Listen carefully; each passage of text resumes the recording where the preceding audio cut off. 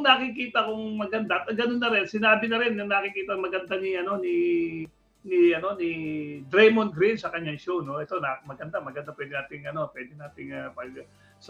i-share sa ating mga talakes, no?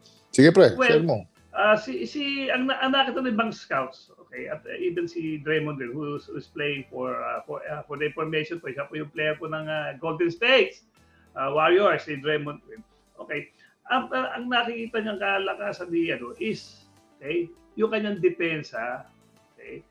He can be a 3-and-D. Okay. Ano ho ba yung 3-and-D? Yung 3-and-D ho, yan ho yung parang may nakaka-delay siya sa 3 points, pero pagdating ho sa majority ng part ng game, isa inaasahan mo siya sa depensa. Kasi ang sinasabi naman ng lahat ng scouts, magaling ito si Bronny, okay, sa one-on-one defense, sa kanyang counterpart, let's say is guarding a fellow guard or a wing, magaling. Okay, he has quick hands and he can for deflections. Ngayon, may napanood ko ilang clips, mabilis nga pag lalo na pag close out niya, hindi makawala sa kanya, may galing yung bata. Okay, yun kasi minsan kasi ang nakikita natin yung offense lang, ganito po buntos, di ba? Di ba? Spectacular move, may mga ganyan mga pang-highlights. Pero si Bronny, hindi siya kasi katulad ng kanyang tatay. Kanyang tatay kasi pag nakita mo, hahanapin mo na yung mga spectacular moves, di ba? Pero siya hindi, kumbaga very decente na maglaro lang si Bronny.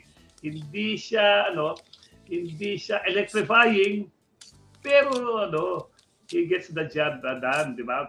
When it comes sa defense. Ngayon, ang gusto lang sinasabi ni Draymond, no, na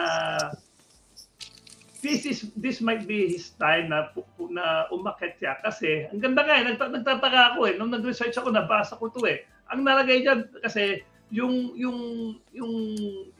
magiging mga magpapa-draft for this year yung lineup daw parang basura. Ewan ko ba, nung binabasa ko, bigla ako nakitang Tagalog basura. Ibig sabihin, hindi ganong malalim yung draft. So, ang chance niya na makuha ay malaki. Ang galing nga. Sabi ko, inuulit ko nga, sabi ko, ba't may basura dito? Saan ako ulit Draymond to? Tagalog word to Ang galing. Yun ang nakikita ko na parang mabigay siya ng pagkakataon. Siyempre, pag nandun na siya, kailangan naman daw niya mag-improve. Okay, sa lahat ng departments. Kung hindi, hindi rin naman magtagal.